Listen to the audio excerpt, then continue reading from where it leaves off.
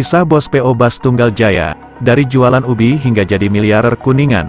Kisah inspiratif pekan ini datang dari H. Asim, bos atau owner dari perusahaan otobus PO Tunggal Jaya Transport yang garasinya berada di Kap Kuningan.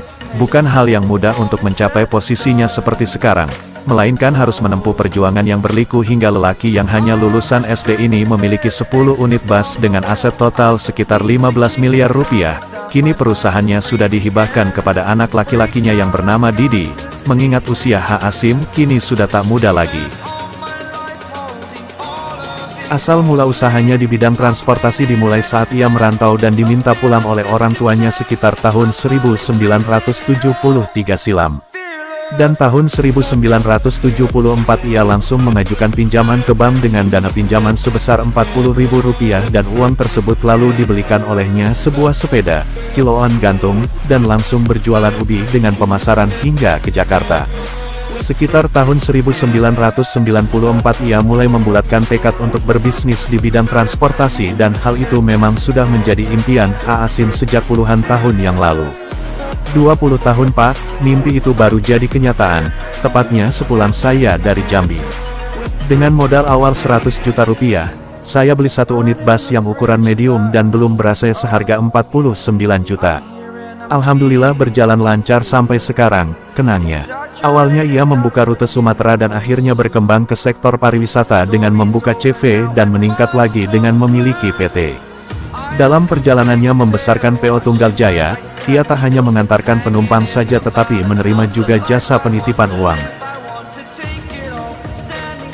Adapun filosofi nama Tunggal Jaya sendiri merupakan mana pemberian dari sang ayah. Saya memiliki 3 saudara laki-laki dan 4 saudara perempuan.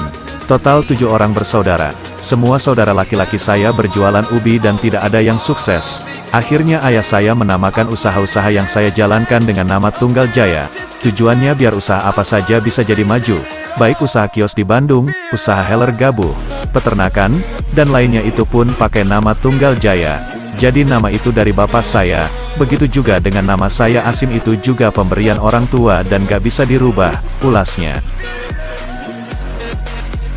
Tak hanya konsen di bidang bisnis saja, H. Asim juga mengabdikan dirinya untuk Desa Bojong, Kec Cilimus, Kap Kuningan, sebuah desa terpencil tempat ia tinggal. Jabatannya di desa tersebut yakni sebagai anggota LPM dan sudah 4 periode masa jabatan.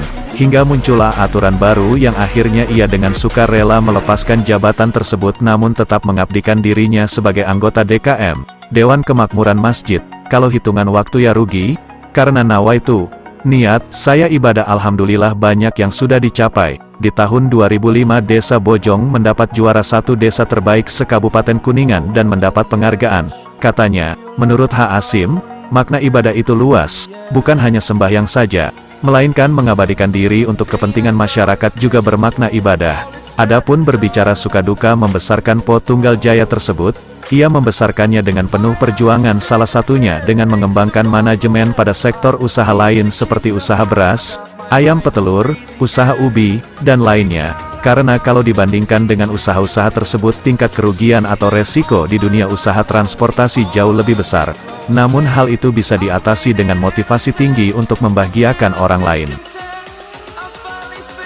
Orang-orang di desa saya kalau saya beli bus baru sering saya ajak ziarah dan saya beri uang.